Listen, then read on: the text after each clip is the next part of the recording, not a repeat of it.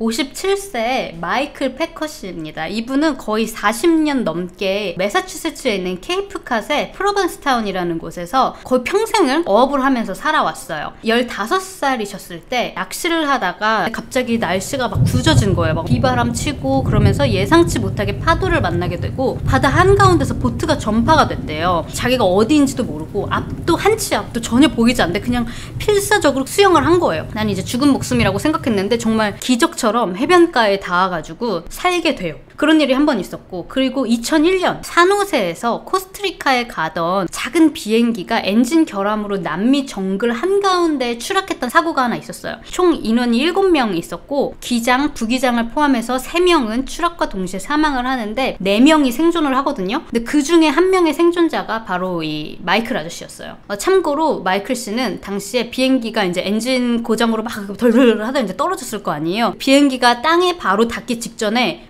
비행기 밖으로 몸을 날려가지고 살아날 수 있었다고 합니다. 그래서 되게 다들 위중한 상황이었는데 그 비행기는 완전히 레이더에 잡히지도 않는 막 동떨어진 정글에 추락을 해가지고 사람들끼리 막 라디오 신호를 계속 이용해가지고 우리 여기 있다, 구조대에 올 수 있게. 이틀 후에 다행히 구조대가 이 사람들을 찾고 병원으로 이송이 될 수 있었어요. 비행기에서 추락한 마이클 씨의 상태가 팔과 다리는 다 부러졌고 목, 얼굴에도 굉장히 심한 부상을 입어가지고 당시 그 의사 선생님이 당신은 하루만 늦게 구조됐어도 살아남지 못했을 거라고, 죽었던 목숨이나 마찬가지라고 그렇게 얘기했대요. 마이클 씨 이렇게 운 좋게 살아났는데요. 회복 후 마이클 씨는 다시 집 케이프캇으로 돌아가고 본인의 직업인 랍스터를 잡는 일로 복귀를 합니다. 케이프캇이 어디냐면 미국 동부에 저기 오른쪽 끝에 나라에서 지정한 이 해안가예요. 그래서 여기 이제 함부로 개발하지 못하기 때문에 정말 아름다운 해변가를 갖고 있는데, 케이프캇이 또 유명한 게 뭐냐면 바로 조스 영화 촬영지로도 유명합니다. 그래서 실제로 거기 가면은 배 타고 나가서 상어 보러 가는 여행 패키지 같은 것도 있고요. 저희도 여기 갔을 때 이런 게 해변가 곳곳에 이렇게 있었어요. 너희 여기 위험한 지역인 거 스스로 알고 여기서 놀으라고. 상어 출몰하는 곳 간판이 이렇게 있는데도 사람들이 그냥 거기서 이제 놀더라고요.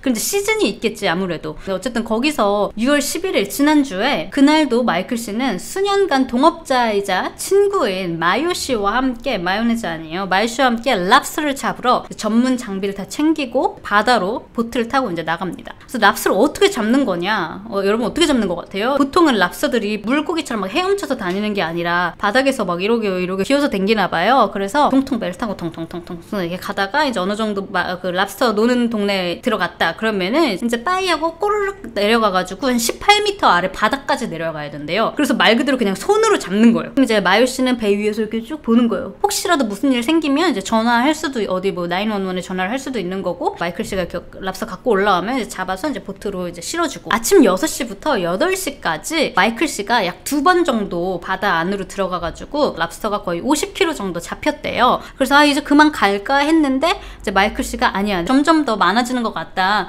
한 번만 더 내려가가지고 더 많이 잡아올 수 있을 것 같다. 그래서 그냥 갈까 하다가 다시 한번 3번째로 바다 밑으로 뿅뿅뿅뿅 내려가요. 한 13m 정도 내려갔을 때 갑자기 뭐가 팍 하고 덮쳤대요. 마치 트럭이 치고 간 것 같은 느낌이었다고 해요. 한편 친구 마요 씨는 이제 보트 위에서 이렇게 보고 있었잖아요, 아래를. 친구가 이렇게 꼬르르르 하면서 이제 물방울이 이렇게 때르르르 올라오는데 쭉 들어가다가 갑자기 어느 순간 물방울이 보이지 않더래요.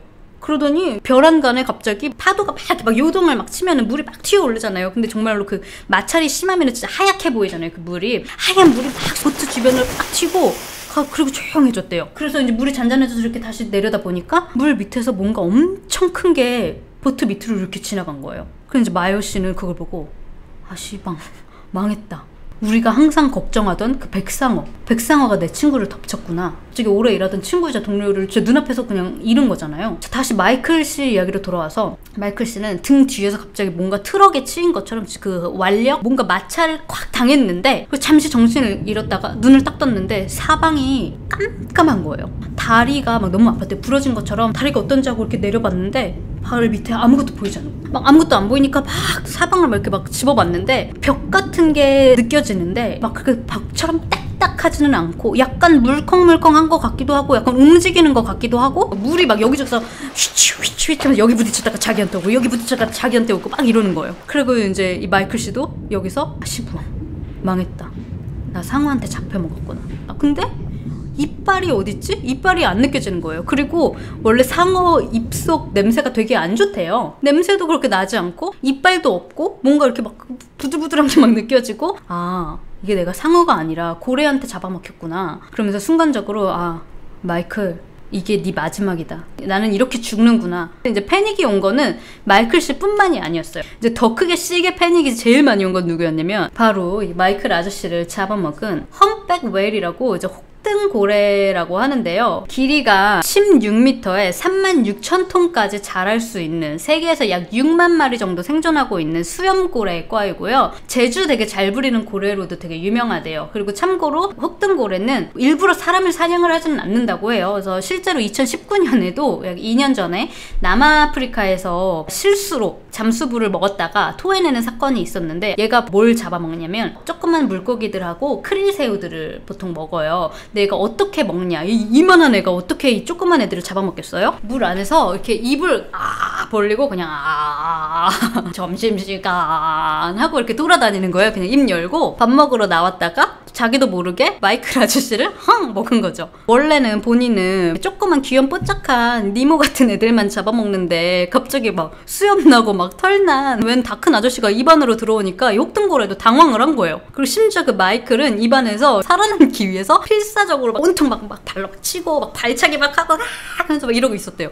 그 혹등고래가 얼마나 당황을 했겠어요. What the fuck? 이러면서. 그래가지고 막 머리를 막 헤드뱅잉을 막 하는 거예요. 혹등고래가.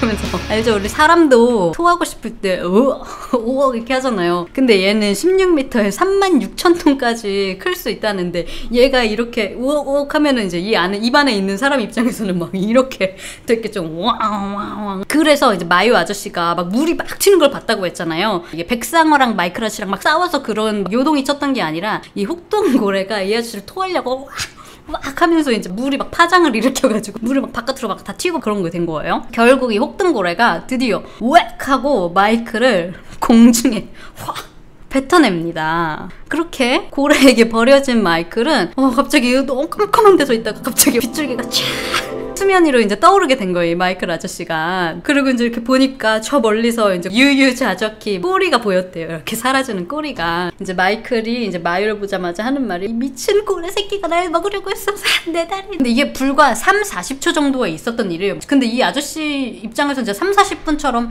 느껴졌겠죠. 그래서 이제 아침 8시 15분에 이제 케이프갓 경찰들이 부상당한 랍스터맨이 있다는 신고를 받고 출동을 합니다. 다리는 부러진 게 아니라 멍만 들어서 그날 오후 집으로 다시 갈 수 있었다고 합니다.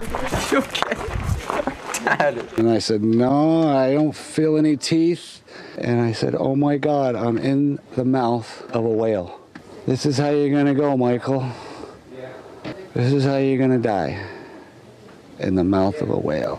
아, 너무 다행이죠? 얼마나 깜짝 놀랐겠어요. 우리 아들이 말하기를 사람들이 막 와가지고 막 네가 그 고래 아저씨 아들이니? 막 인사하고, 어떤 간호사들은 공책을 들고 왔대요. 여기 로또 번호 좀 적어달라고 그러면서 사인해달라고 그러고, 아무튼 그랬다고 합니다. 그리고 이제 마이클 아저씨는 다음 주에 다시 랍스터 잡으러 가신대요. 근데 이제 이것뿐만이 아니라 엄청 이 뉴스가 바이럴이 돼가지고 지난주에 지미 키멜 쇼에도 등장을 하시는데요. We built this for you. I heard you freaked out a little when you saw it. I did. Yeah. And no way am I getting in that.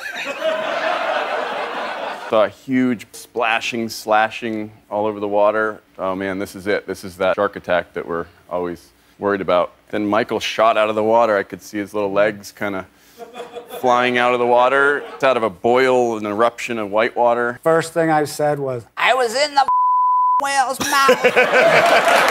I want to apologize to the whale for getting in his way. And I won't ever do it again. If anybody ever wants to buy any of my lobsters, they're called Wellfleet Shellfish Company. 지미 키멜 씨가 여기서 마지막에 뭐라고 하냐면, 이 고래 입 줄 테니까 너 이거 가지고 매사추세츠로 돌아가라. 여기다가 그냥 랍스터 이렇게 쌓아놓고 팔면 되겠다고 야무지게 홍보까지 하시고 이제 가셨고요. 지미 키멜 씨가 또 그냥 빈손으로 보내드릴 수 없으니까 선물까지 또 주세요. 돌고래 영화 프리윌리 영화 DVD하고, 그 다음에 페퍼 스프레이처럼 혹시 또 다음에 공격되면 야!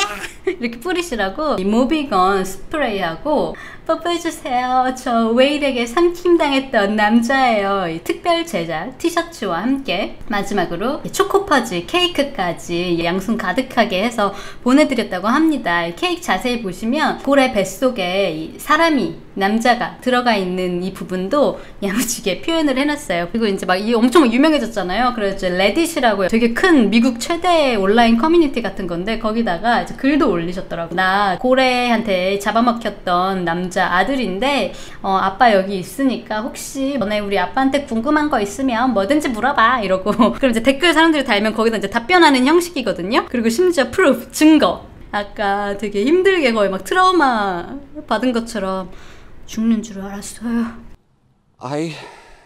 이랬던 아저씨인데 이제 환하게 웃으면서 아이디 인증까지.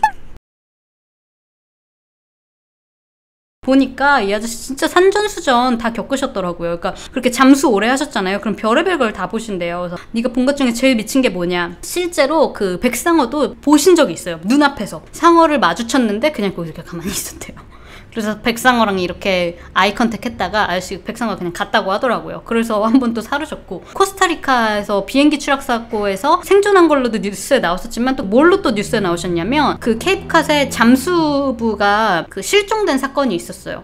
실종됐던 그 잠수부를 랍스터 줍다가 발견한 거예요. 혹시 시신이 이렇게 가라앉아 있었대요. 그냥 이렇게 똑바로. 그래서 7년 전에 실종된 그 잠수부도 본인이 발견해가지고 이런 걸로 또 뉴스에도 나오셨고 진짜 구사일생 하신 분이더라고요. 그래서 전문가들이 뭐라고 하냐면 아까 전에 우리가 뭐 비행기 추락 사고에서 뭐 살아남을 확률 200만 분의 1 그랬는데 진짜 이렇게 비행기 추락하고 고래한테 잡아먹힐 확률 이거는 1조분의 1보다도 더 하다. 그래서 진짜 고래에게 잡아먹힌 랍스터맨 혹은 1조분의 1의 사나이로 불린다고 합니다. 대박이죠. 사주 한번 봐보고 싶죠? 진짜 잘 사셨으면 좋겠어요. 랍스터도 많이 잡으시고 많이 파시고 이게 근데 럭키 가이라고 해야 되는지 언럭키 가이라고 해야 되는지 여러분은 뭐 같아요? 진짜 멘탈 긍정갑이신 것 같아요. 저렇게 하고 사실 정말로 트라우마로 뭐 인터뷰도 힘들 수 있는데 금방 저렇게 회복하셔가지고 일주일도 안 됐거든요. 며칠 만에 지미키멜 쇼까지 가셔가지고 동부 반대에서 서부 반대까지 쭉 비행기 타고 가셔가지고 저렇게 웃으면서 고래 입속에 들어가서 인터뷰를 하실 수 있는 것 자체만으로도 진짜 멘탈 갑, 긍정갑이신 것 같아요. 고래 입안은 이렇게 돼 있어요. 그러니까 이빨이 없는 거죠. 이렇게 귀엽지 않아요, 여러분? 약간 마치 스타워즈의 그 요크셔 테리어처럼 생긴 애 있잖아요. 걔처럼 생겼어. 무섭다고요, 보니까? 되게 귀엽지 않아요? 혀가 되게 길어. 말캉말캉했던 게 저 혀가 아니었을까? 쭈바카. 입안에 쭈바카 있는 것 같아. 너무 귀엽지 않아요? 이거에 비교해봐. 엄청 귀엽지, 이 정도면. 세상에 이도 없는데 이 아저씨 삼켰다고 생각해봐. 위쪽으로 들어갔으면 이거 소화도 안 되고 어떻게 씹지를 못하고. 잇몸뿐이 없는데 잇몸에다가 그렇게 발길질을 했으니 얼마나 놀랐겠어요, 진짜. What the fuck 했겠죠. 이 고래도. 저런 수염으로 플랑크톤도 걸러서 먹는데 그 털난 아저씨가 갑자기 이마 아저씨가 갑자기 들어갔으니 얼마나 깜짝 놀랐겠어요, 얘도.